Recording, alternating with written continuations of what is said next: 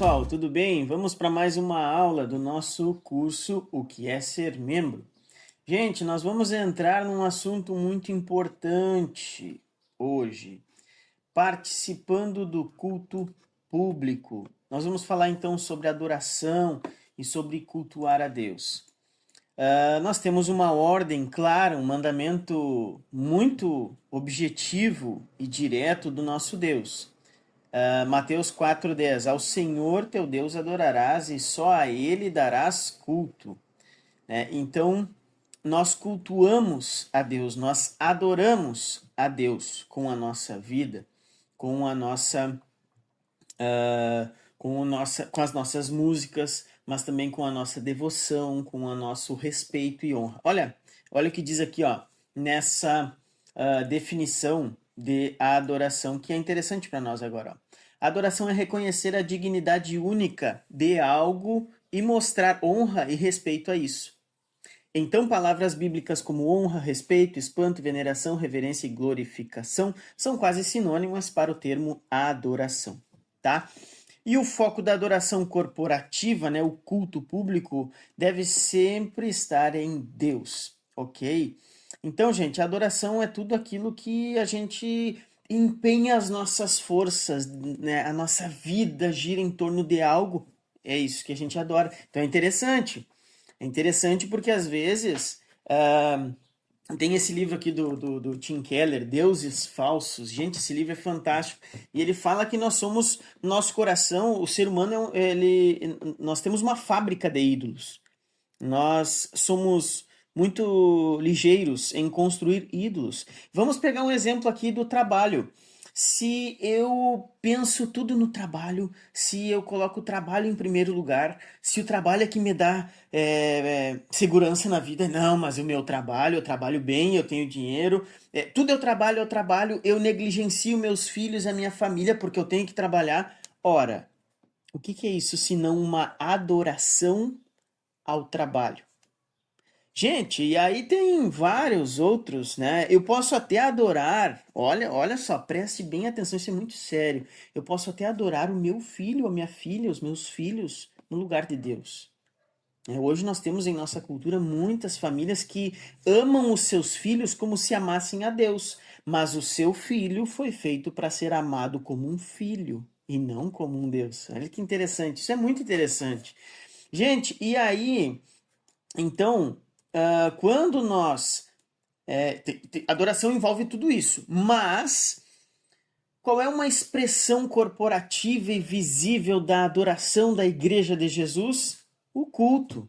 E aí nós vemos aqui, por exemplo, olha aqui, ó, Salmo 95, né? O Salmo 95 é um salmo clássico, que fala muito sobre a adoração a Deus, sobre o culto, sobre o povo de Deus se reunir para ouvir a Deus, né? Então, há uma convocação de Deus. Vinde, adoremos, prostremo-nos, ajoelhemos diante do Senhor que nos criou. Ele é o nosso Deus e nós, povo do seu pasto e ovelhas da sua mão. Tá? Vários outros salmos falam sobre essa convocação, né, que Deus faz. E aí, gente, lembrando que nos mandamentos de Deus, nos 10 mandamentos, que nós já estudamos no outro curso, lembra daquele mandamento que diz assim, ó, lembra-te do dia de descanso para o santificar, né? Lembra do dia de sábado, do Shabat, do dia de descanso, que para nós hoje é o domingo? Então, desde o início da igreja, a igreja se reúne no domingo para adorar e cultuar a Deus corporativamente, publicamente, em conjunto. Ok? Então nós temos a nossa adoração individual, mas também a maior expressão da igreja, da nossa comunhão, é o culto público de domingo, ok? Então você que quer ser membro, você já tem que colocar na sua agenda esse compromisso eterno de se ajuntar todo domingo com a igreja de Jesus. Independente se você se mudar daqui de Rosário, se for para outra cidade, não interessa. Domingo é o dia de estarmos juntos com os nossos irmãos, adorando a Deus. E aí, aqui fala sobre alguns aspectos importantes da adoração. Devemos, né, adorar verdadeiramente. Né? O próprio Jesus falou de um povo que honra, este povo honra-me com os lábios, mas o seu coração está longe. né? Então, devemos ter uma adoração sincera.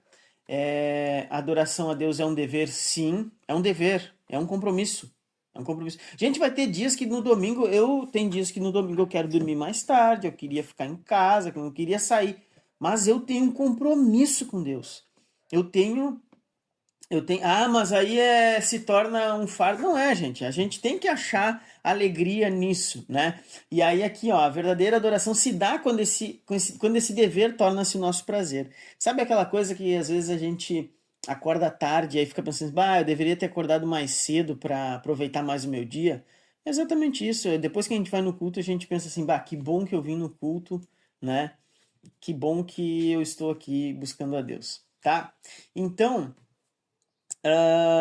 preparando-se para o culto público, tá? A gente falou ali um pouco sobre adoração, né? E aí envolve o culto, né? Então vamos lá. Preparando-se para o culto. É muito importante, gente, que nós tenhamos o seguinte entendimento. Durante a semana, nós ajuntamos, né, comida espiritual, vamos dizer assim, a gente vai se alimentando espiritualmente. Quando chega no domingo, a gente reparte isso com os nossos irmãos. Então, vida com Deus durante a semana, relacionamento com outros irmãos, tudo isso conta para que a nossa adoração seja genuína. Então, se eu sou aquela pessoa que não dou bola para a minha vida de adoração individual, eu não dou bola para as atividades da igreja, não dou atenção a isso, não, só o culto, é só o culto. Não, não é assim a nossa proposta. A nossa proposta é que nós possamos passar a semana com Deus, buscando a Deus, para no domingo nos ajuntarmos, né, todos juntos, toda a igreja, para cultuarmos ao nosso Deus. Então, com sincero coração, com plena certeza de fé, como está em Hebreus 10, 20, tendo o coração purificado da má consciência, sem contendas, né, como está em Mateus 5, 23, sem rixa entre os irmãos, nós não podemos ter, nós falamos nisso, né, em Vivendo em Unidade. Então, tenha o foco totalmente voltado para o culto no domingo pela manhã, como é o nosso, né, evite distrações, tá? Aqui tem uma frase do Spurgeon muito interessante, mas vamos lá. Então, leitura bíblica e oração congregacional. Então, prestar atenção nas leituras bíblicas, nas orações, fazer as orações verdadeiras. Os membros devem orar juntos em sua mente. Quando alguém ora publicamente nos cultos, nós devemos sempre ter esse zelo, esse respeito. Quando alguém está orando, né, orar junto em espírito. Quando for nosso momento de orar coletivamente ali, na hora dos louvores, a gente às vezes conclama os irmãos, vamos orar, vamos colocar as nossas causas diante de Deus, né? Enfim, tudo isso deve ser feito com muito temor, muita reverência e com alegria também, né? Então, cânticos, cantar. Meus irmãos, nós temos que cantar para o nosso Deus. Os homens têm que cantar com aquela voz grave, com aquela voz de homem, né? As mulheres também com a sua voz mais aguda, embelezando ainda mais esse canto congregacional. É muito lindo, gente. É muito lindo quando nós nos reunimos ali, ó. Isso é cientificamente comprovado. Você ter um momento com outras pessoas onde há uma ressonância, né? Nós estamos unidos ali cantando, adorando a Deus, né? Ao único que é digno de receber a honra, o poder, a majestade. Isso é maravilhoso. Você tem que gostar disso. Você tem que aprender a gostar disso se você acha que é só uma musiquinha cantada. Não é algo espiritual que acontece.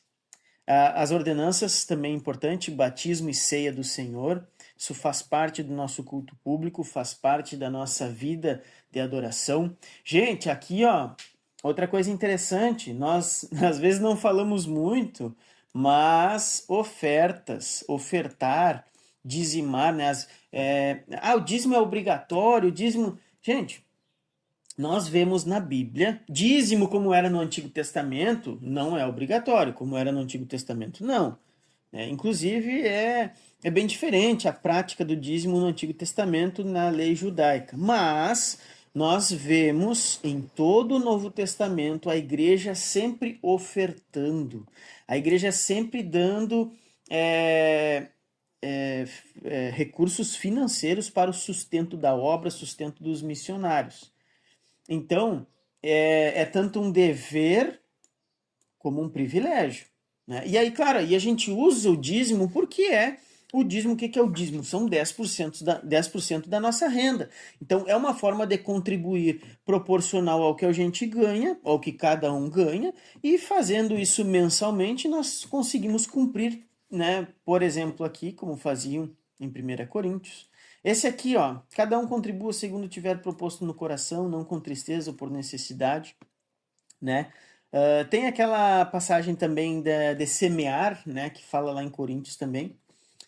Enfim, não vamos abordar todos os versículos aqui, mas isso é um assunto bem tranquilo explicado na Bíblia, né, a questão da igreja ofertar. Tá, só para resumir, ó, nossas ofertas deveriam ser regulares, planejadas, proporcionais, muitas vezes sacrificiais, é verdade, às vezes é um sacrifício. Ah, eu podia gastar esse dinheiro com tal coisa. Sim, mas eu vou me comprometer a ajudar no reino, na obra.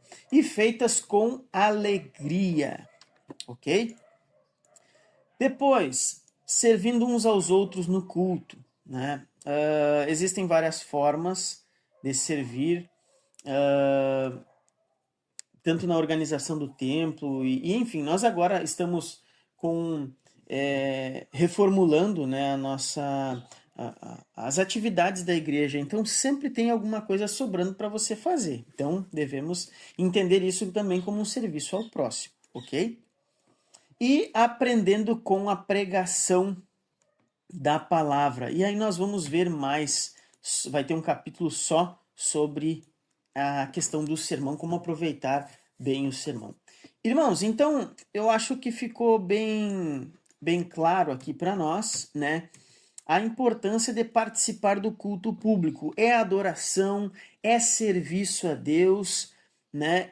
Servir aos irmãos, servir a Deus no culto, é colocar a nossa vida, né, diante de Deus. Enfim, é uma maravilha. Gente, assim, ó, os benefícios do culto na vida de uma pessoa.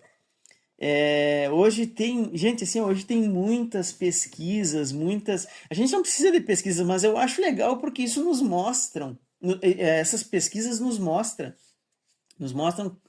os benefícios de ser crente, né? Por exemplo, a questão de viver em comunhão com uma comunidade de fé. Isso é bom, isso faz bem, previne até doenças, previne doenças. Participar do culto público, isso é uma bênção na tua vida. É Deus usando, a congregação usando esse momento para regular o nosso coração, para alinhar o nosso coração. Né? Isso que eu nem falei da questão da palavra, que nós vamos ver agora na próxima aula, aproveitando bem o sermão, escutando a palavra, dando orientação ao nosso coração, nos alimentando, né? E enfim, é uma bênção poder e ser igreja. Que Deus te abençoe mais uma vez, em nome de Jesus. Forte abraço.